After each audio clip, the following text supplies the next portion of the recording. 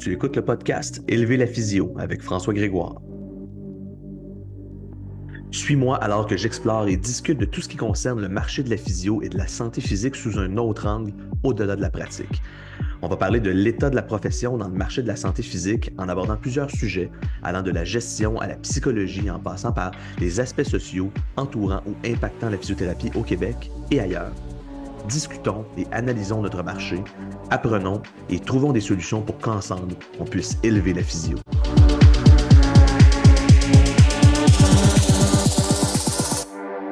Sujet super intéressant, hein, le travail autonome en physio. Et écoute, tout ce que je trouve important là, dans notre domaine, qui, comme les autres domaines professionnels de façon générale, peut-être beaucoup en santé aussi, et souvent très conservateur, personnellement, je trouve ça bien important qu'on parle de ce genre de trucs-là. Travail autonome, employé, c'est un sujet parmi tant d'autres. Et la raison pour laquelle j'enregistre ce podcast-ci, c'est simplement pour expliquer quelques trucs en lien avec le risque aussi associé à se lancer comme travailleur autonome ou peut-être pas le risque, là, mais si on peut parler de myth-busting, là, c'est un peu mon objectif de ce podcast-ci. Pourquoi je fais ça? Ben, juste pour rééquilibrer un petit peu le discours, mais aussi parce que je dois dire, il y a au moins une personne qui est venue me dire que je faisais la promotion du travail autonome puis qui me demandait est-ce que moi, j'avais des collègues qui étaient travailleurs autonomes chez nous? Ben, la réponse, c'est non. Là. Premièrement, pour ceux qui ne le savent pas, là, je suis fondateur puis président chez Mouvement Physio. Depuis, c'est une clinique, j'ai commencé là, en achetant la clinique d'une physio qui prenait sa retraite en décembre 2010. Donc, ça va faire 14 ans là, cette année, dans quelques mois. Chez nous, mes collègues en physio, 100% les physiothérapeutes et les technologues, 100% sont employés. Même moi, je suis employé de ma propre entreprise, même si j'ai été longtemps travailleur autonome, surtout avant là, d'être chez Mouvement Physio, sauf un petit quelques mois là, dans mes 3 premières années de pratique avant que je sois propriétaire, là, si on veut. Alors, j'ai été les deux. Aujourd'hui, je suis employé. Notre mission chez nous, c'est d'aider la population à vivre sans douleur. Puis notre mission, c'est d'aider 100% des gens à vivre sans douleur. Évidemment que j'ai organisé, dans ce que j'ai eu à faire là, comme organisation d'entreprise, j'ai organisé Mouvement Physio de la meilleure façon possible. Évidemment, pas toujours sans erreur, pour qu'ensemble, moi et mes collègues, on arrive à répondre à cet objectif-là, à cette mission-là, à cette vision-là, pour arriver à accomplir notre mission puis notre vision, nos conditions de travail. Et nos conditions de travail, ça inclut pas juste le salaire, ça inclut un paquet de trucs, puis ça, tout le monde le sait. Ça doit être excellent. Les conditions de travail doivent être bonnes. Il n'y a pas personne qui peut thriver dans un milieu, que ce soit un milieu de pratique, un milieu de travail ou une profession de façon plus large qui ne thrive pas ou qui est réductionniste ou qui rabaisse. Et bon, rapidement, c'est un de mes objectifs avec ce podcast-là, de aussi discuter de ce genre de choses-là pour... Je pense pas que si je peux avoir une goutte d'impact positif dans tout ça, je peux pas prendre l'évolution de la physio sur mes épaules, évidemment pas, mais j'essaie de faire ma part. Et j'invite tout le monde à faire de même, évidemment. Ce que je prends sur mes épaules, par exemple, c'est la responsabilité, ou en tout cas une partie de la responsabilité de la pérennité de la physio, parce qu'on est en contact avec la population en première ligne, directement, chaque jour en privé. Et ça, c'est un privilège qu'on a. Il faut l'utiliser positivement pour la profession et évidemment, surtout pour la population. Mes collègues puis moi, on doit offrir un service qui agit comme catalyseur de la promotion de la physio auprès du grand public. C'est hyper important. Quelqu'un qui n'est pas capable de faire ça ne devrait pas être en contact avec la population en première ligne. On doit prendre, sans se mettre de pression, mais juste dans le fond d'offrir plutôt un service excellent, une excellence dans notre service pour agir comme catalyseur de la promotion de la physio auprès de la population.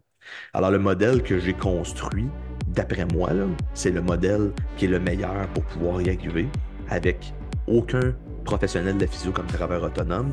Et évidemment, les gens qui ont le goût de venir participer à ça travaillent avec nous ou vont travailler avec nous dans le futur. Mais dans tous les cas, la raison pour laquelle je parlais du travail autonome, c'est simplement parce que ça semble être quelque chose de nouveau et de populaire ou qui est en augmentation. Puis je pense que c'est important que tout le monde comprenne un peu les enjeux qui sont derrière ça.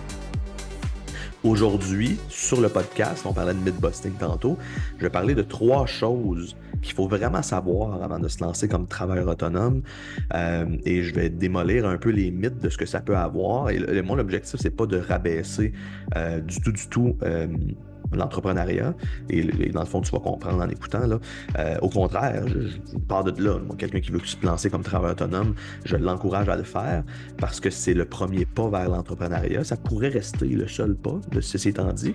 Mais dans tous les cas, je pourrais jamais. Les entreprises sont trop importantes de par leur vision puis leur mission en termes de ce qu'ils sont capables d'apporter à la population, à la société et j'espère de plus en plus et encore toujours plus aussi aux employés, hein, à nos collègues. C'est tellement important. Alors, impossible pour moi de rabaisser l'entrepreneuriat. Alors, aujourd'hui, je parle de 3 choses qu'il faut vraiment savoir avant de se lancer comme travailleur autonome en physio.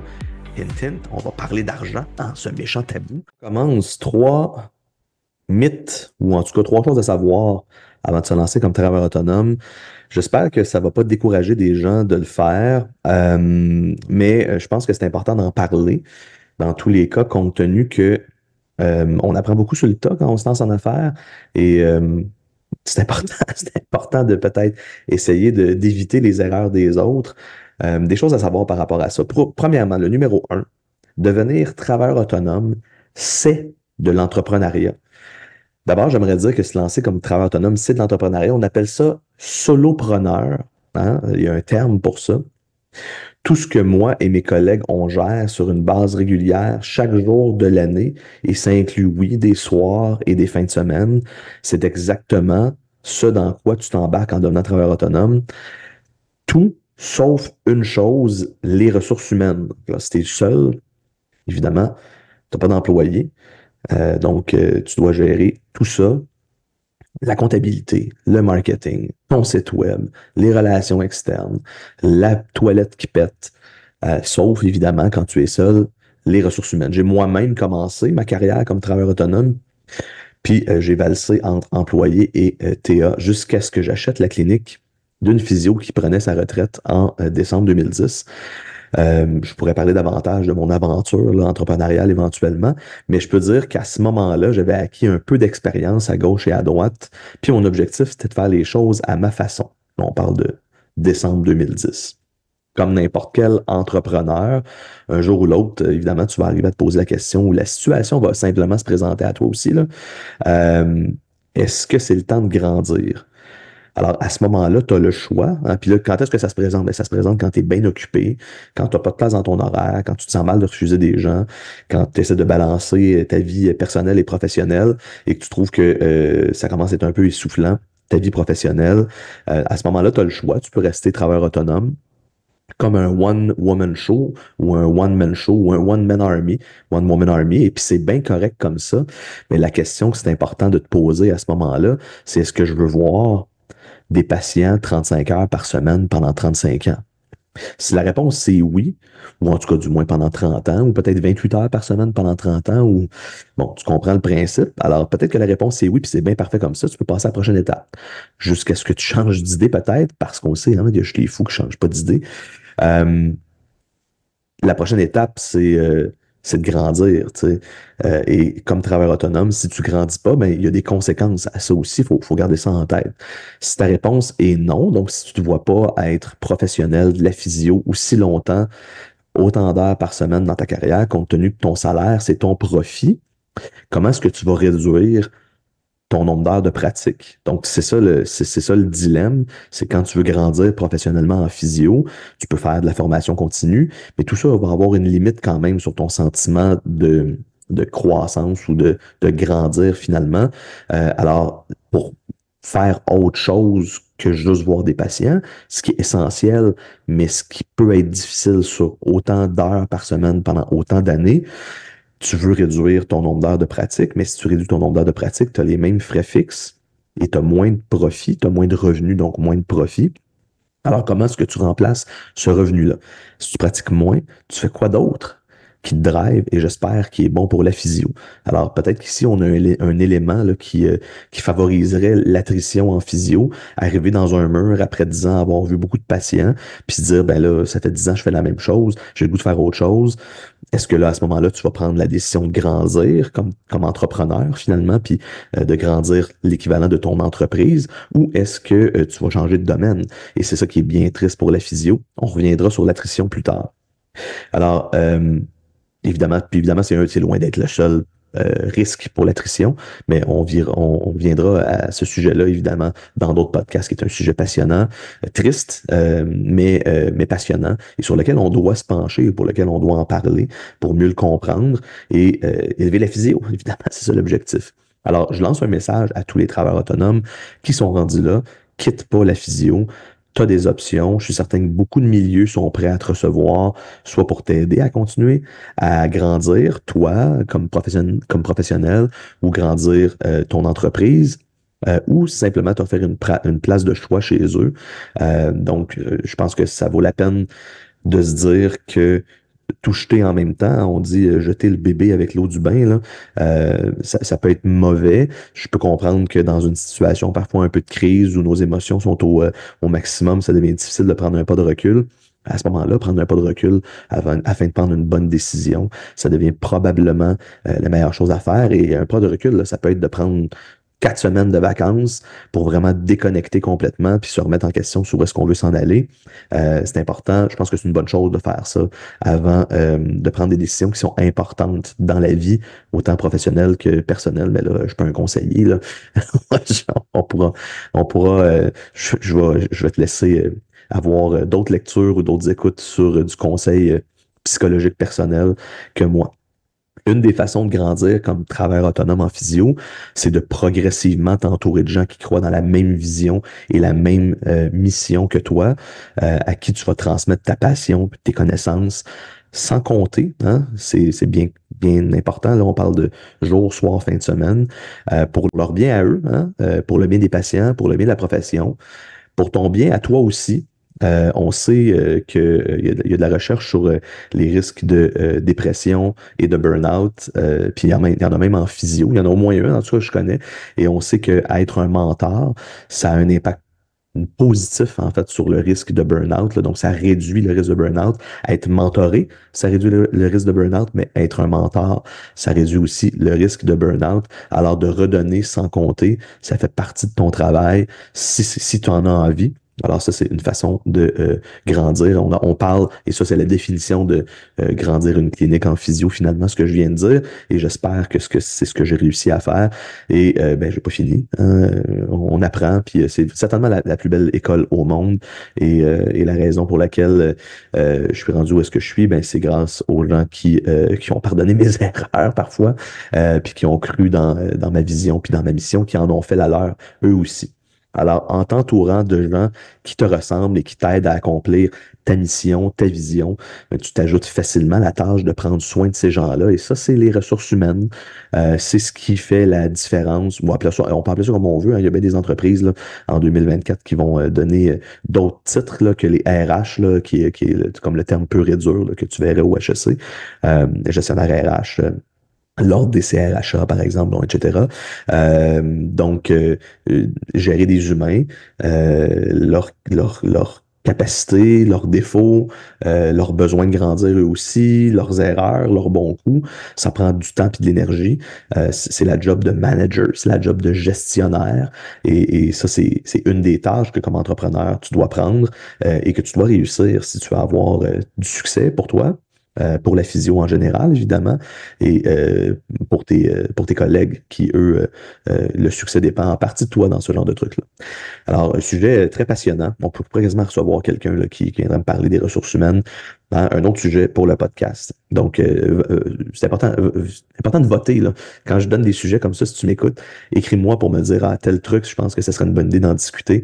Ça, je trouve toujours ça le fun. Si jamais tu connais des gens qui ont le goût d'en parler ou si toi, tu as le goût d'en parler, écris-moi. Deuxième chose, en restant travailleur autonome toute ta carrière, quelle est la valeur que tu crées? Et là, c'est peut-être un peu tabou, là, ce qu'on va discuter, mais tu vas peut-être peut-être que tu viens de l'apprendre là, dans le podcast aujourd'hui, mais être un travailleur autonome, c'est être un entrepreneur. Puis être un entrepreneur, c'est pas une job, c'est un mode de vie. Alors, quand tu quittes ton poste de physio, par exemple, là, si tu travailles dans le système public, dans une clinique privée et que tu deviens travailleur autonome, tu laisses pas ta job pour une autre job. Tu laisses ta job pour un nouveau mode de vie. Comme entrepreneur, tu vas travailler tout le temps. On en a parlé un petit peu tantôt. C'est vraiment quelque chose qu'il faut apprendre à gérer.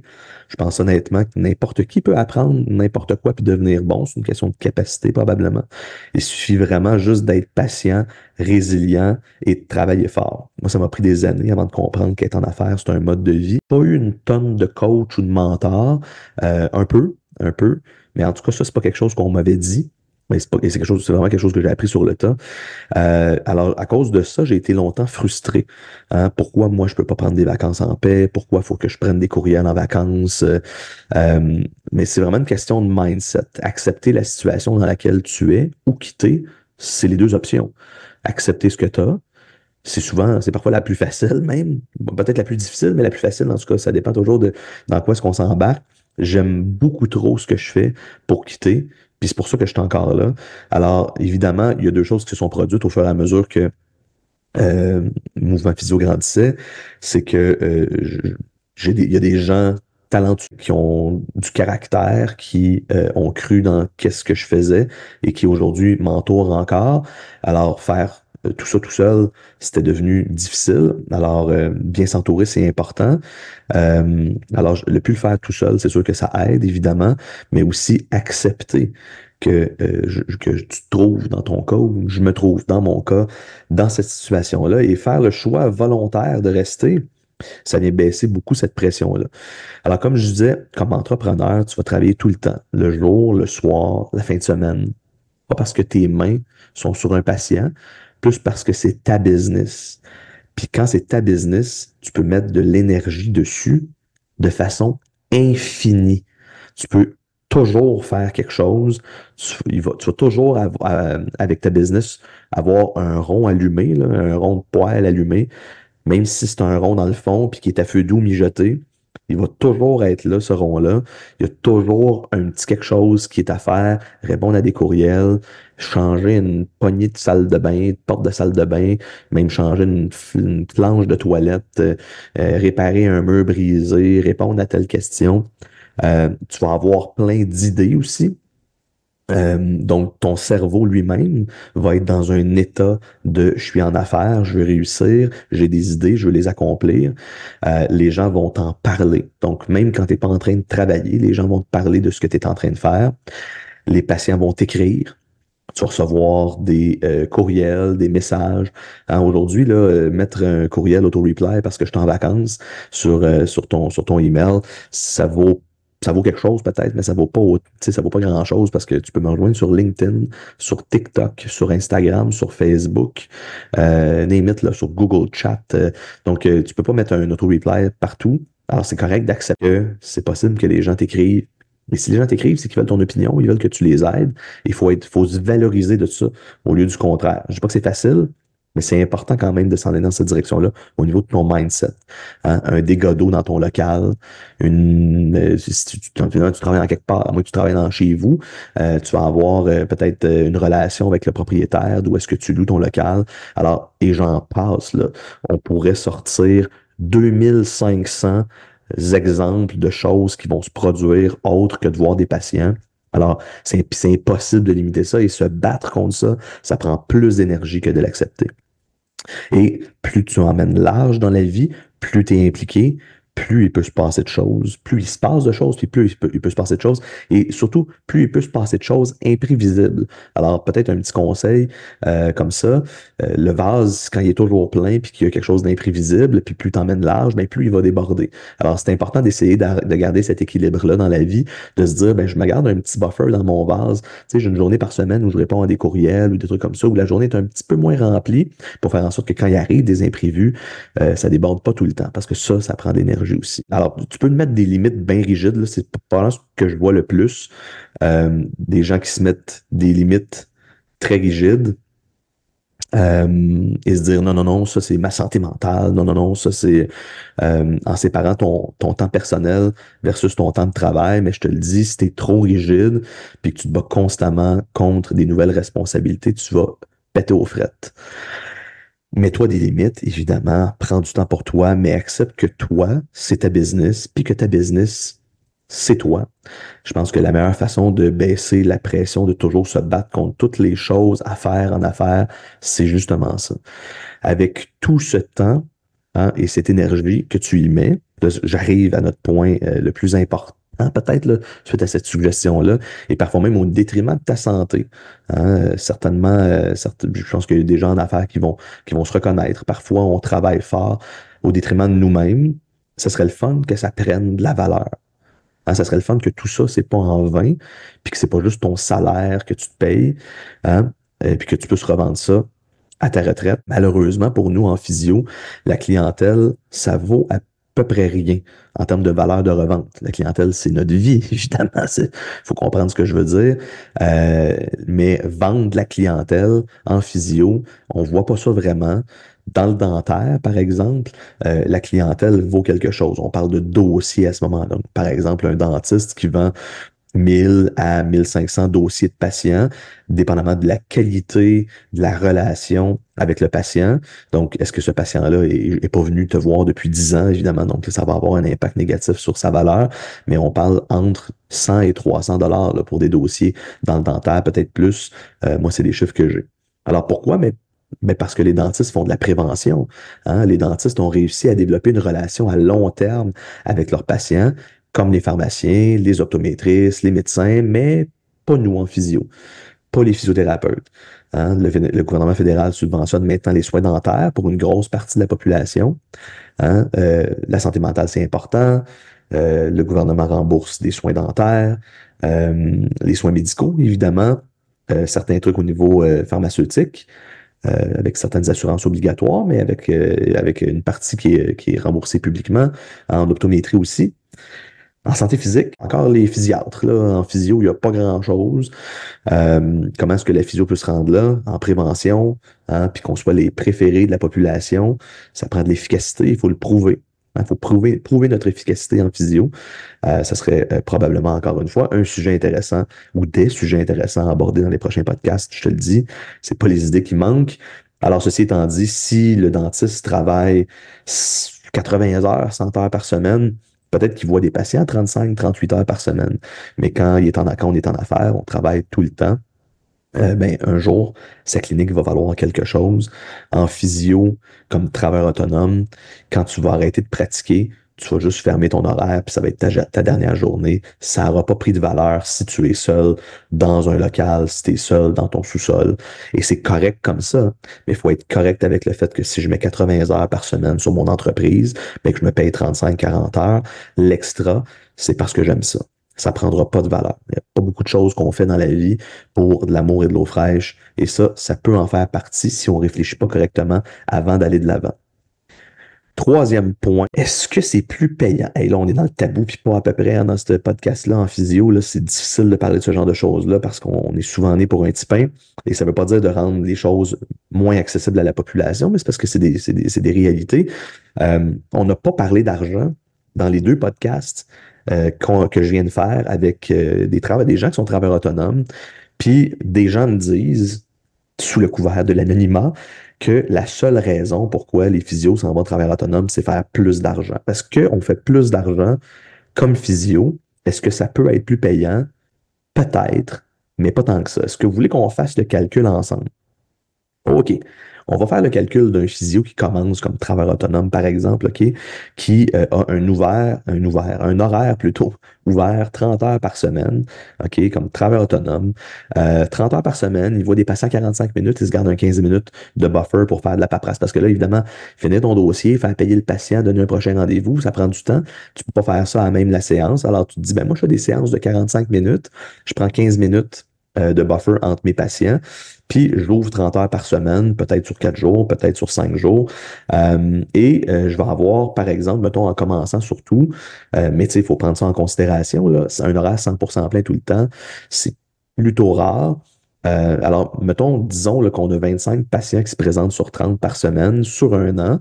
Un an, c'est pas 52 semaines de travail, hein, c'est 45, 46 semaines de travail. Mettons plutôt 45 hein, pour parler d'imprévus, de vacances, de congés, de formation, de maladies. Hein. Donc, 30 heures par semaine, 25 patients se présentent sur ces 30 patients potentiels-là, à 100 pièces chacun, pendant 45 semaines. Faites la multiplication, ça donne 112. Qu'est-ce que ton employeur, généralement en clinique, paye, que toi, tu vas devoir te payer à toi-même comme travailleur autonome? Et là, peut-être que ça va être difficile de le visualiser là, au niveau auditif.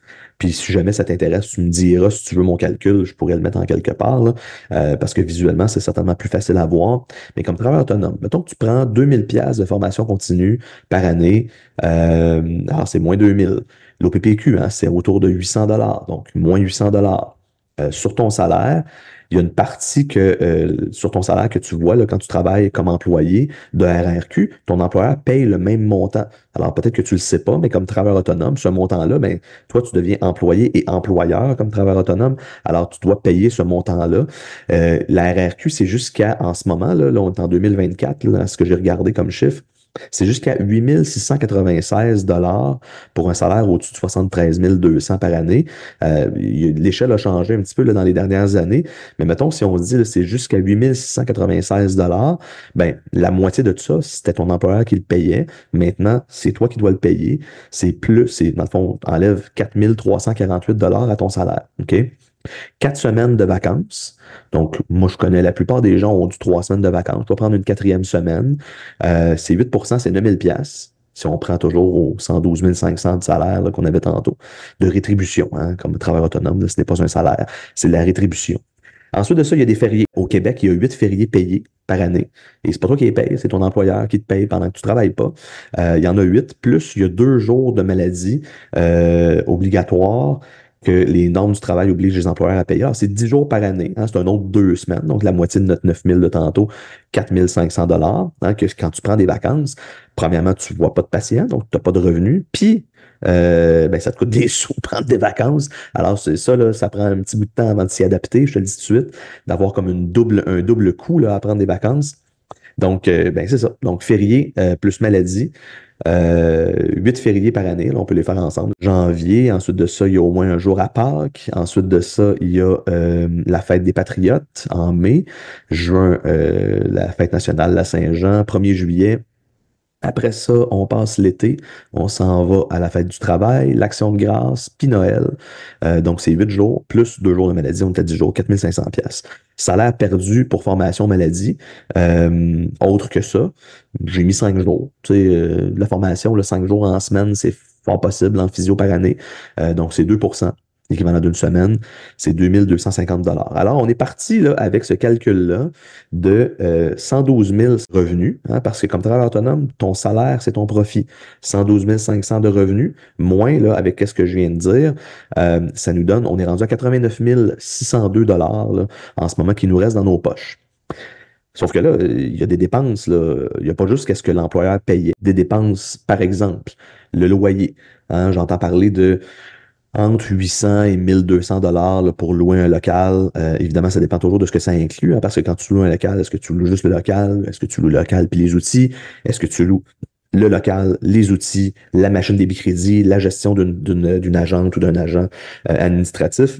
Mettons 1000 dollars, c'est 12 000 dollars par année. Donc 1000 dollars par mois. Est-ce que ça inclut le chauffage, l'électricité? Hein, il y a plusieurs choses à prendre en considération. Là. Habituellement, dans les sous-locations comme ça, c'est tout inclus.